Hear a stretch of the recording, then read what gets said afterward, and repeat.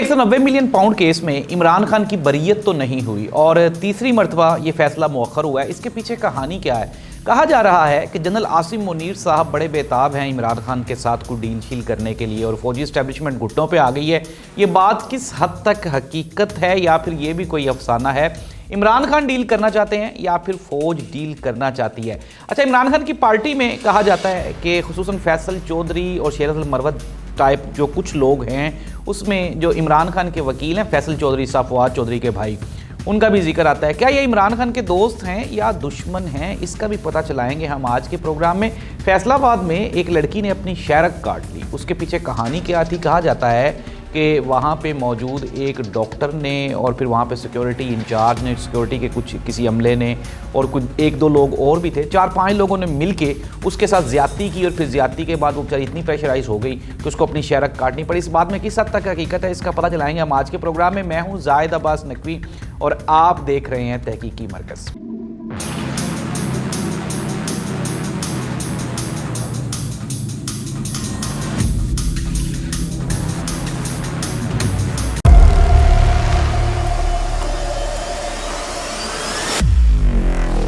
नाज़रीन, प्रोग्राम का बाकायदा आगाज करते हैं। सबसे पहले आज की सबसे बड़ी खबर, इमरान खान का 190 मिलियन पाउंड वाला केस तीसरी मरतबा मुअख्खर हो रहा है। अच्छा, मैं थोड़ी सी आपको तफसीलात बता दूं। तफसील ये है कि ये जो 190 मिलियन पाउंड वाला केस है, ये मोस्टली ये ज़्यादातर रिलेटेड है मलिक रियाज साहब के साथ। मलिक रियाज जो कि हमारे प्रॉपर्टी आइकॉन हैं, उनको कुछ जुर्माना हुआ, फिर वो पैसे आए और फिर इमरान खान साहब के बारे में कहा जाता है कि उन्होंने उन पैसों को मिसयूज़ किया। लेकिन बकौल इमरान खान साहब, पाकिस्तान तहरीक इंसाफ अलकादर ट्रस्ट बना, अलकादर यूनिवर्सिटी बनी, वो सारा पैसा वहाँ पे खर्च हुआ। इमरान खान साहब ये कहते हैं कि मेरे पास 1 रुपया भी नहीं है, ना मेरी जेब में गया। अच्छा, ये तो इसका बैकग्राउंड है। नाज़रीन, हमारे प्रोग्राम का फॉर्मेट है कि हम झूठों पर अल्लाह की लानत करते हैं और कुछ फासिक ऐसे हैं जो पाकिस्तान के दुश्मन हैं और वो पाकिस्तान से बाहर बैठ के पाकिस्तान के खिलाफ प्रोपेगेंडा करते रहते हैं। फासिक राजा का एक ट्वीट शामिल करेंगे आज के प्रोग्राम में, फिर आगे चलेंगे। अच्छा, फासिक राजा क्या कहता है? ये कहता है जी, अस्करी ज़राए कहते हैं कि शदीद अंदरूनी और बैनुल अक़वामी दबाव के तहत आसिम मुनीर अपनी अना की तस्कीन के लिए इमरान खान के साथ अपनी साख बचाने के लिए डील करने के लिए बेचैन है। ताहम इमरान खान किसी भी डील पर राज़ी होने को तैयार नहीं है। इसकी बजाय इलेक्शन कमीशन ऑफ पाकिस्तान के फॉर्म 45 में अवामी मैंडेट के मुताबिक इक़्तिदार की पुरअमन मुंतकली का मुतालबा कर रहे हैं। इस वक्त इमरान खान की वाहिद दूसरी शर्त तमाम सियासी कैदियों की रिहाई है। फ़ौज के अंदर यह ख्याल किया जाता है कि पाकिस्तानी आर्मी चीफ आसिम मुनीर का मगरूराना रवैया पाकिस्तान में सियासी अदम इस्तेहकाम और रियासत की आमरीत की बुनियादी वजह है। नाज़रीन, ये है फासिक राजा का वो ट्वीट जो वो हमेशा पाकिस्तान की आर्मी के ख़िलाफ़, आसिम मुनीर साहब के ख़िलाफ़ और फ़ौज को कमज़ोर करने के लिए इस तरह का वो प्रोपेगेंडा करता रहता है। सारे का सारा ये जो ट्वीट है, ये सारे का सारा झूठ और अफसाने पे मबनी है। हकीकत ये है, जब मैं आपको ये बताता हूँ कि पाकिस्तान का सारा मीडिया, सारे सहाफ़ी, सारे सियासतदान, जितने भी मुबस्सरीन हैं नेशनल इंटरनेशनल, वो ये बात जानते हैं कि इमरान खान साहब की जो पहले एस्टेब्लिशमेंट के साथ बड़ी अच्छी बातचीत थी, बाजवा साहब के होते हुए, जनरल फैज़ हमीद साहब के होते हुए, रजीम चेंज हुआ जनरल बाजवा और जनरल फैज़ हमीद साहब के बाद, जनरल आसिम मुनीर उसके बाद आए। उसके बाद आने जाहिर सी बात है, अब खान साहब इंसिस्ट करते रहे, इमरान खान साहब हर जगह पे उन्होंने ये कहा कि मैं मौजूदा हुकूमत के साथ कोई भी डायलॉग करने के लिए तैयार नहीं हूँ, लेकिन फ़ौज के साथ हम लोग बातचीत करने के लिए तैयार है। फ़ौज हमारा इदारा है, हम इनके साथ बातचीत करेंगे। अच्छा, फ़ौज की जानिब से कभी कोई इस तरह का एक भी कोई not even a single statement जो कि किसी फ़ौज के, आप ये कह लें किसी रिप्रेजेंटेटिव ने दी हो, DGI-SPR ने दी हो, DGI-SI ने दी हो, कभी चीफ ऑफ आर्मी स्टाफ ने कहा हो, कभी किसी DGC ने कहा हो, किसी ने कभी आज तक नहीं कहा कि हम पाकिस्तान तहरीक इंसाफ के साथ बातचीत करने के लिए कोई बेताब हैं। फैसल वावड़ा साहब के बारे में कहा जाता है कि वो एस्टेब्लिशमेंट के रिप्रेजेंटेटिव हैं। मोहसिन नकवी साहब भी मौजूद हैं। अच्छा, मैंने आपको जो बातचीत है एस्टेब्लिशमेंट की और पाकिस्तान तहरीक इंसाफ की, उसकी थोड़ी सी हकीकत मैं आपको ये बता दूं। मैंने आपको कई प्रोग्रामों में बताया हुआ है कि अली अमीन गंडापुर चूँकि वज़ीर आला KP के हैं, उनकी सरकारी मीटिंग्स होती हैं जिसमें कोर कमांडर पेशावर और फिर दूसरे लोग वहाँ पे मौजूद होते हैं। यही इतनी सी मामलात जो हैं वो चल रहे हैं। फिर बीच में ये कहा गया कि समटाइम्स ये एक र्यूमर क्रिएट की गई बुशरा बीबी साहिबा की भी मुलाकातें हुई, ये र्यूमर थी सारी की सारी। अच्छा, अब मामलात क्या हैं? अब आदिल राजा साहब ये जाहिर करना चाहते हैं कि फौज कोई इमरान खान के साथ बैकडोर राब्ता कर रही है या बड़ी बेताब है, जनरल आसिम मुनीर साहब बेताब है। बिल्कुल भी नहीं।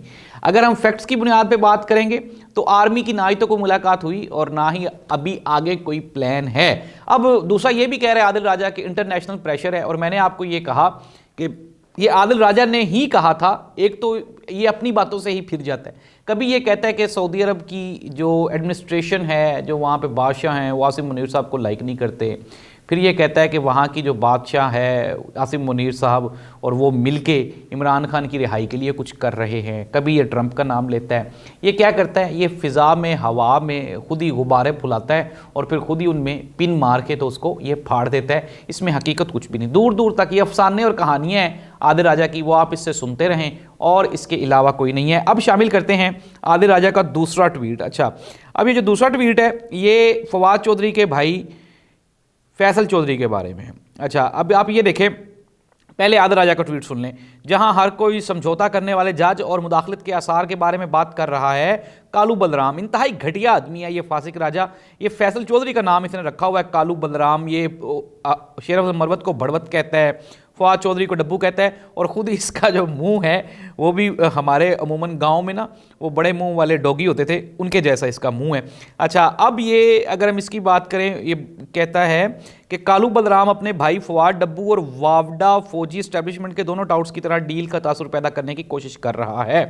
अच्छा, फैसल, जब हमने वो फैसल चौधरी साहब वाला ट्वीट पढ़ा, ज़रा उसको भी सुन लें। फैसल चौधरी ने ये लिखा, उन्होंने कहा, एहतरामन अर्ज़ है कि अगर आज खान साहब और बुशरा बीबी को सज़ा नहीं दी गई तो इसमें बुरा मनाने वाली क्या बात है? ये थोड़ा अजीब रवैया नहीं है? क्या हम खान साहब को जेल से बाहर नहीं देखना चाहते?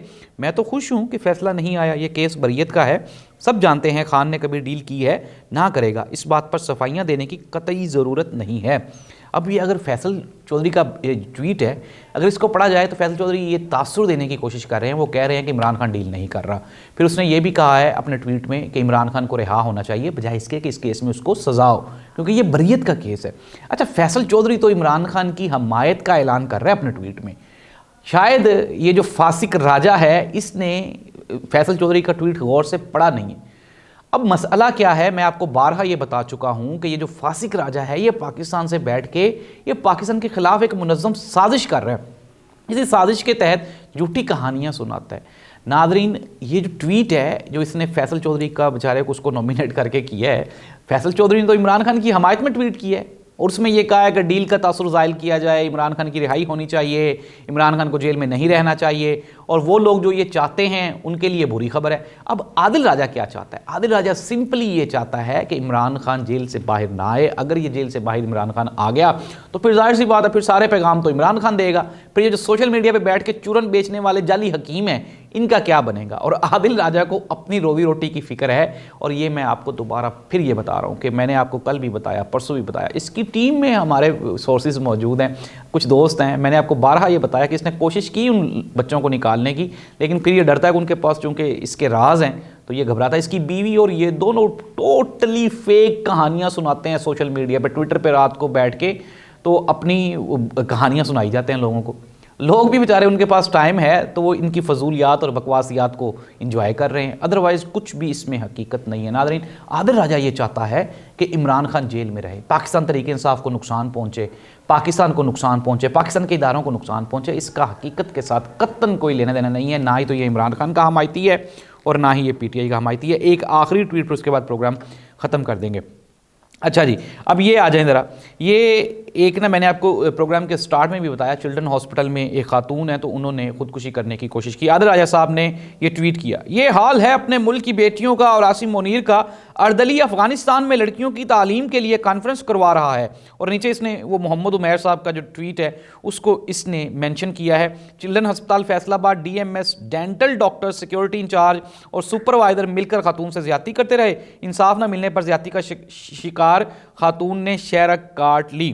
ये जो, अच्छा मैं आदिल राजा साहब ज़रा ये कहानी सुने जो आप ये सुना रहे हैं ना, आपको तो पता ही नहीं वो खातून है कौन और उसने अपनी शहरक क्यों काटी है। ये नफीसा नाम है इस बच्ची का ना, और ये वहाँ पे सिक्योरिटी इंचार्ज है चिल्ड्रन हॉस्पिटल फैसलाबाद में। हमारे सोर्सेज ने जब ये पता चलाया, अभी मेरी रिदा सिंधु हमारी वहाँ पे एक बड़ी ही प्यारी दोस्त है, जब वो इस केस को देख रही थी, रिदा सिंधु से जब मैंने पता किया तो मैंने उससे पूछा कि ये क्या केस है। फिर उसने मुझे बताया, उसने कहा कि ये जो नफीसा है ये वहाँ पे सिक्योरिटी इंचार्ज है चिल्ड्रन हॉस्पिटल में, और वहाँ पे वो जो डॉक्टर अम्माद साहब हैं ये वहाँ पे डेंटल सर्जन है, डॉक्टर है, और अब जाहिर सी बात है प्राइवेसी भी कोई चीज़ होती है, थोड़ी सी हमें रखनी भी चाहिए। डॉक्टर अम्माद और ये जो नफीसा हैं इनके दरमियान आपस में अंडरस्टैंडिंग थी, ये कोई बुरी बात नहीं है, अगर है तो ठीक है। अब ये मिलजुल के ये कुछ वीडियोस भी ऐसी हैं जो कि हम यहाँ पे पेश नहीं करना चाहते, अगर हम पेश करेंगे तो फिर पता चल जाता है कि यार ये क्या, ये नफीसा और अम्माद की लव स्टोरी थी। और फिर उसके बाद अम्माद साहब जो हैं वो अपने वादों से मुकर गए, नफीसा दिल बर्दाश्ता हो गई, और नफीसा के खिलाफ कुछ इंक्वायरीज़ वगैरह थी, फिर वो जो इंक्वायरीज़ में भी डॉक्टर अम्माद ने उसका साथ नहीं दिया, जिससे मायूस होकर नफीसा ने अपनी शहरक काट ली। आदर राजा साहब, आपके दुख से कभी आपकी बीवी भी काट लेगी, जैसे आप हरकतें कर रहे हैं, जैसे आप झूठ बकवास कर रहे हैं, ऐसे तो फिर आपकी बीवी ने बेचारी ने भी यही करना है। लेकिन नाज़रीन, ये एक लव स्टोरी थी जिसका एक भयानक अंजाम हुआ, लेकिन अब वो जो नफीसा है वो ख़तरे से बाहर है और अपने घर में है, पुलिस के साथ उसका कोई केस वेस चल रहा है, और उसको लेके इसमें मियां शहबाज शरीफ साहब को आपने नॉमिनेट कर दिया है, इसमें आपने पाकिस्तान के इदारों को, शुक्र है आपने आसिम मुनीर साहब का नाम नहीं ले दिया, वरना आपने तो ये भी कहना था कि ये जो नफीसा ने गला काटा ये आसिम मुनीर साहब की वजह से काटा। नाज़रीन, इंतहाई झूठा, मुनाफिक और फासिक ये शख्स है और झूठी कहानियाँ सुनाता रहता है। हम आहिस्ता आहिस्ता कोशिश कर रहे हैं कि इसके जितने भी ट्वीट्स हैं उनको एक्सपोज किया जाए, अवाम तक हकायक रखे जाएं, आगे अवाम जाने और अवाम का काम जाने। अल्लाह इस मुल्क का हामी नासिर, अल्लाह हाफिज़।